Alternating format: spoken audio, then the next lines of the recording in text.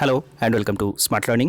আমরা 23শে October 2021-এর current affairs discussion করব এবং তার সাথে গুরুত্বপূর্ণ স্ট্যাটিক জিকে, হিস্ট্রি, জিওগ্রাফি ইত্যাদি সাবজেক্টের রিলেটেড ফ্যাক্টস আলোচনা করব। অত্যন্ত গুরুত্বপূর্ণ সেশন, তোমরা প্রথম থেকে শেষ পর্যন্ত অবশ্যই খুব ভালো করে দেখবে। প্রথম প্রশ্ন, what is the rank of India in the world justice project rule of law index 2021? World justice project rule of law index 2021-এ ভারতের র্যাঙ্ক কত হয়েছে? তো র্যাঙ্কটা সম্প্রতি বেরিয়েছে। ভারতের র্যাঙ্ক 79। 139টা দেশের মধ্যে ওয়ার্ল্ড জাস্টিস রিপোর্ট এটা প্রকাশ করা হয়েছে। 139টা দেশের, ভারতের র্যাঙ্ক সেখানে 79। এখানে প্রথম স্থান অধিকার করেছে এই ইন্ডেক্সে ডেনমার্ক, তারপরে রয়েছে নরওয়ে, তারপরে রয়েছে ফিনল্যান্ড এবং তারপরে রয়েছে সুইডেন। তো প্রথম র্যাঙ্কটা অবশ্যই মনে রাখতে হবে ডেনমার্ক, এবং বাকি যে 4টে দেশ আমরা দেখতে পাচ্ছি, এই 4টে দেশে কিন্তু স্ক্যান্ডিনেভিয়ান কান্ট্রি। তো স্ক্যান্ডিনেভিয়ান কান্ট্রি কাকে বলে এবং ডেনমার্ক সম্পর্কে কিছু গুরুত্বপূর্ণ তথ্য আমরা দেখে নেব। এখানে মানচিত্রে আমরা দেখতে পাচ্ছি ইউরোপের, পশ্চিম ইউরোপের অংশটা, এবং এখানে ডেনমার্ক রয়েছে, তার সাথে নরওয়ে, সুইডেন এবং ফিনল্যান্ড। এই 4টে দেশকে কিন্তু স্ক্যান্ডিনেভিয়ান কান্ট্রি বলা হয়। এবং গ্রিনল্যান্ড, এই অংশে রয়েছে গ্রিনল্যান্ড, যেটা পৃথিবীর বৃহত্তম দ্বীপ। তো সেই গ্রিনল্যান্ডও কিন্তু ডেনমার্কেরই অংশ। আচ্ছা, ডেনমার্কের ক্যাপিটাল কোপেনহেগেন, খুব গুরুত্বপূর্ণ। ডেনমার্কের ক্যাপিটাল কোপেনহেগেন। ডেনমার্কের কারেন্সি ড্যানিশ ক্রোন, এবং হেড, যদিও প্রাইম মিনিস্টার সবচেয়ে বেশি গুরুত্বপূর্ণ, meet ফ্রেডরিকসন।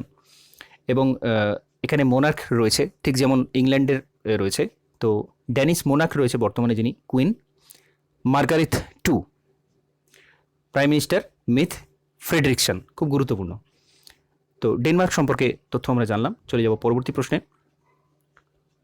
Who has been appointed as the managing director of India ports global limited? India port global limited এর এমডি কাকে নিযুক্ত করা হলো? অলোক মিশ্রকে নিযুক্ত করা হয়েছে আইপিজিএল বা ইন্ডিয়া পোর্ট গ্লোবাল লিমিটেডের এমডি হিসেবে। পরবর্তী প্রশ্ন দেখব। In the month of October which day is marked as the international snow leopard day annually? তো ইন্টারন্যাশনাল স্নো লেপার্ড, তুষার চিতা স্নো লেপার্ড ডে, এটা অক্টোবর 23 তারিখে পালন করা হয়। খুবই গুরুত্বপূর্ণ, কারণ স্নো লেপার্ড নিয়ে বর্তমানে অনেকগুলো নতুন প্রজেক্ট নেওয়া হয়েছে। স্নো লেপার্ডকে সংরক্ষণ করার জন্য প্রচুর চেষ্টা চালানো হচ্ছে। তো স্নো লেপার্ড সম্পর্কে খুব গুরুত্বপূর্ণ তথ্যগুলো দেখে নেব। ইকোলজি বা জিওগ্রাফিরও পোর্শনের মধ্যে পড়ছে। কোথায় বসবাস এদের স্নো লেপার্ড, সেখান থেকে আমরা বুঝতে পারি এরা উচ্চ পার্বত্য অঞ্চলে এদের অবস্থান হবে। তো mountainous region of central and south Asia, southern Asia, central এশিয়াতে এদের স্বাভাবিক বাসস্থান দেখতে পাওয়া যায়। ভারতে কোথায় রয়েছে? পশ্চিম হিমালয় এবং পূর্ব হিমালয়, দুটো জায়গাতেই দেখতে পাওয়া যায়। জম্মু কাশ্মীর, হিমাচল প্রদেশ, উত্তরাখণ্ড, সিকিম, অরুণাচল প্রদেশ জুড়ে, অর্থাৎ সারা ভারতের একেবারে উত্তর অংশটা জুড়েই কিন্তু এই তুষার চিতাদের দেখতে পাওয়া যায়। এবং সবচেয়ে বেশি দেখতে পাওয়া যায় লাদাখের হেমিস ন্যাশনাল পার্কে। Snow leopard capital of the world, খুব গুরুত্বপূর্ণ একটা information. Snow leopard capital of the world বলা হয় হেমিস ন্যাশনাল পার্কে। হেমিস ন্যাশনাল পার্কের সম্পর্কে আরেকটা গুরুত্বপূর্ণ তথ্য, হেমিস ন্যাশনাল পার্ক হচ্ছে ভারতের সবচেয়ে বৃহত্তম ন্যাশনাল পার্ক। খুব গুরুত্বপূর্ণ প্রশ্ন, মনে রাখতে হবে।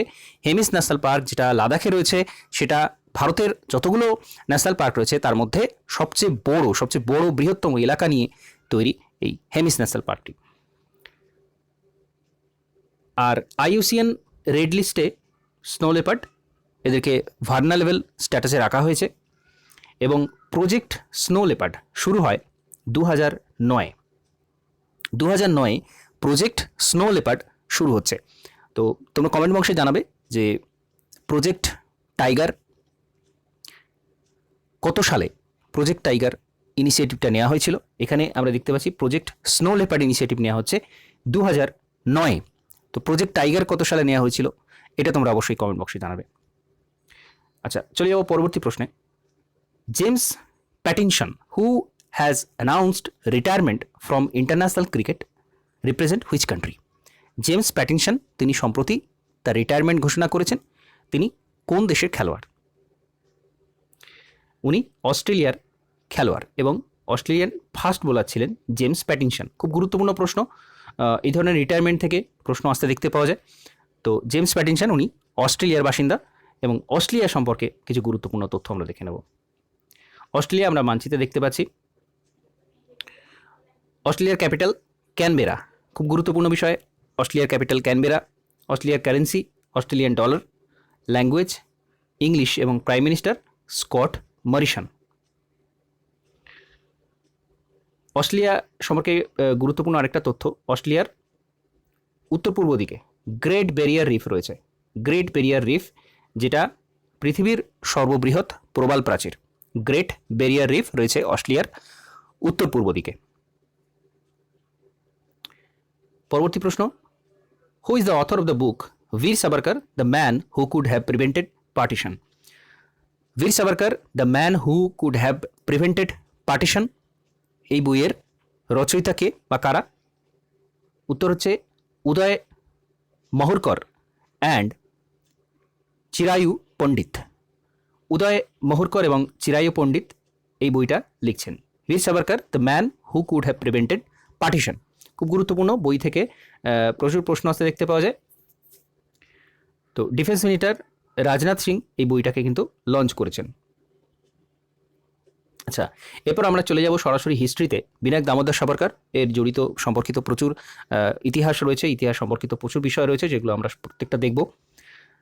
আচ্ছা, বিনায়ক দামোদর সাভারকর উনি অভিনব ভারত সোসাইটি এটা কিন্তু উনি প্রতিষ্ঠা করছেন। Abhinav Bharat, Vinayak Damodar Savarkar. went to United Kingdom and was involved with the organizations such as India House and Free India Society.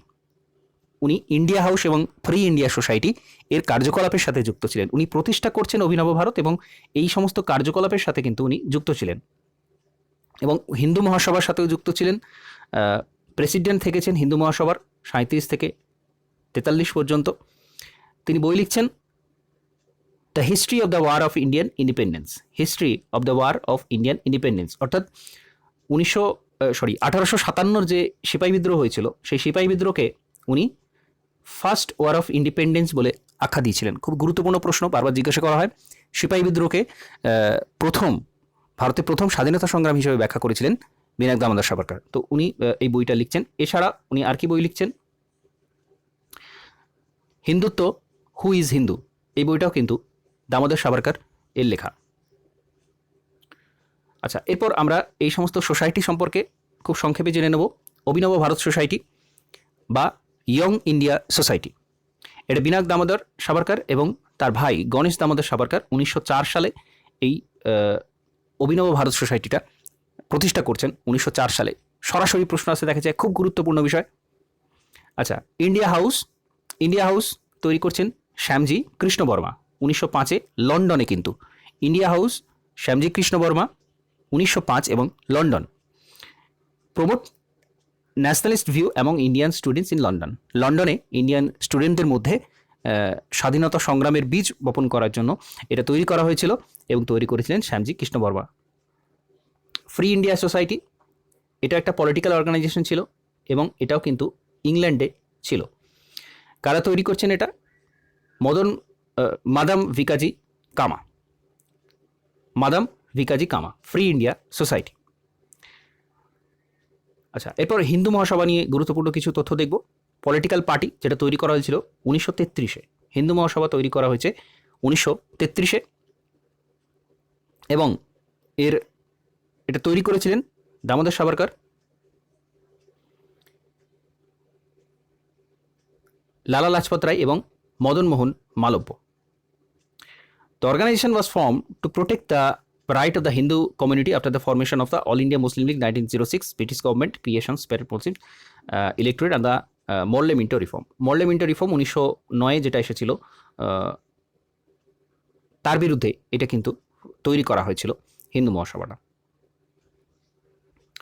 এরপর দেখব question number 6, who has been roped is as the new CEO of target Olympic podium scheme by sports authority of India. Sports authority of India নিযুক্ত করেছে target Olympic podium scheme এর CEO. তো এই স্কিমের CEO হিসেবে নিযুক্ত করা হয়েছে পি.কে. গার্গকে। Next, Bandula Warnapura, who has passed away recently, was the former cricket player from which country? Bandula Warnapura তিনি সম্প্রতি তিনি পাস্ট অ্যাওয়ে সম্প্রতি মারা গিয়েছেন। তিনি কোন দেশের প্লেয়ার ছিলেন? উনি শ্রীলঙ্কার প্লেয়ার ছিলেন। বান্দুলা ওয়ার্নাপুরা শ্রীলঙ্কার ক্রিকেট প্লেয়ার ছিলেন উনি, সম্প্রতি উনি মারা গিয়েছেন। তো শ্রীলঙ্কা সম্পর্কে কিছু গুরুত্বপূর্ণ তথ্য দেখে নেব। শ্রীলঙ্কা ক্যাপিটাল কলম্বো, এটা অ্যাডমিনিস্ট্রেটিভ ক্যাপিটাল, এবং লেজিসলেটিভ ক্যাপিটাল হচ্ছে শ্রী জয়বর্ধপুর কোট্টে। খুব গুরুত্বপূর্ণ, শ্রীলঙ্কার কিন্তু ক্যাপিটাল কলম্বো, অ্যাডমিনিস্ট্রেটিভ ক্যাপিটাল এবং legislative capital Sri Jayawardenepura Kotte. Currency Sri Lankan rupee, language Sinhala এবং তামিল, প্রাইম মিনিস্টার মহিন্দ রাজাপক্ষ।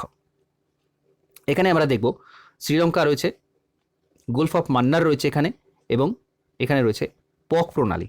খুব গুরুত্বপূর্ণ, পক প্রণালী এবং গলফ অফ মান্নার ভারত এবং শ্রীলঙ্কার মধ্যে এই সীমারেখা দেখতে পাওয়া যায়, সামুদ্রিক সীমারেখার মধ্যে। আচ্ছা, next, the 4th general assembly of international solar alliance has decided to achieve what amount of global investment in solar energy by 2030?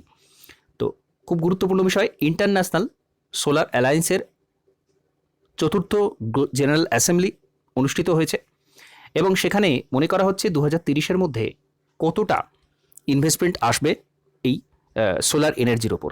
তো এটা ধরে নেওয়া হয়েছে $1 ট্রিলিয়ন ইউএস ডলার, অত্যন্ত বড় একটা অ্যামাউন্ট, বিরাট বড় একটা অ্যামাউন্ট। তো ইন্টারন্যাশনাল সোলার অ্যালায়েন্স অত্যন্ত গুরুত্বপূর্ণ, এবং ভারতের জন্য এটা কিন্তু একটা বিরাট বড় গুরুত্ব রাখে, আন্তর্জাতিক ক্ষেত্রে বিরাট বড় গুরুত্ব রাখে। কেন সেটা আমরা দেখে নেব। ইন্টারন্যাশনাল সোলার অ্যালায়েন্স বিষয়টা কি সেটা আমরা দেখব।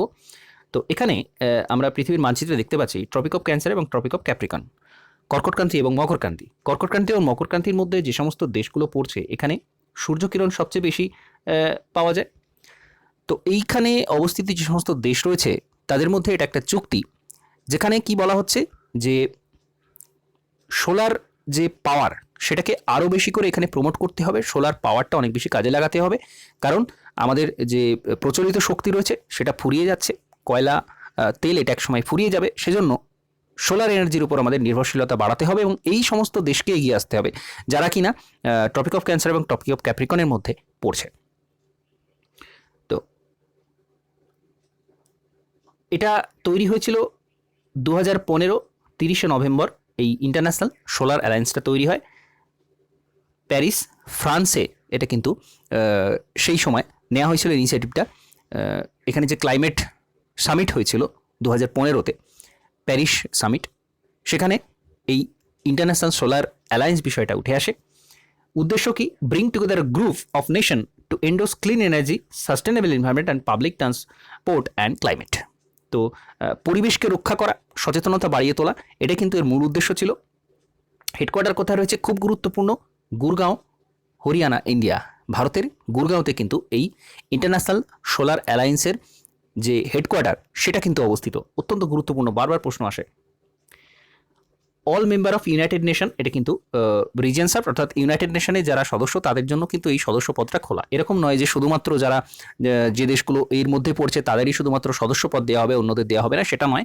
অন্যান্য সমস্ত সদস্যদের জন্যই কিন্তু এর দরজা খোলা রয়েছে, তারা যে কোনো সময়ের মেম্বার হতে পারে। রিনিউয়েবল এনার্জি ফিল্ডে এরা কাজ করে থাকে, অর্থাৎ ওই সোলার পাওয়ারের ক্ষেত্রে।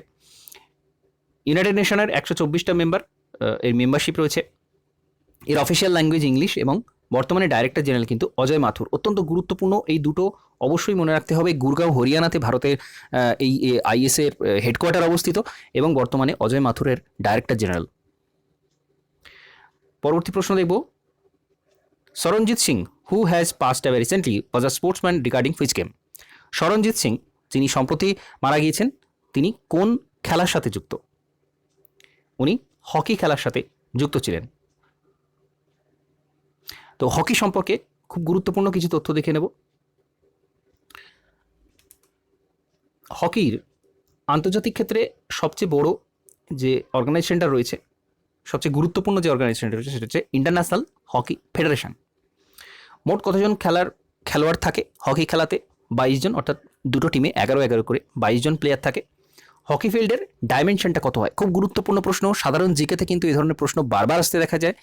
তো 91.4 meter into 55 meter, 91.4 into 55 meter হচ্ছে হকি ফিল্ডের ডাইমেনশন।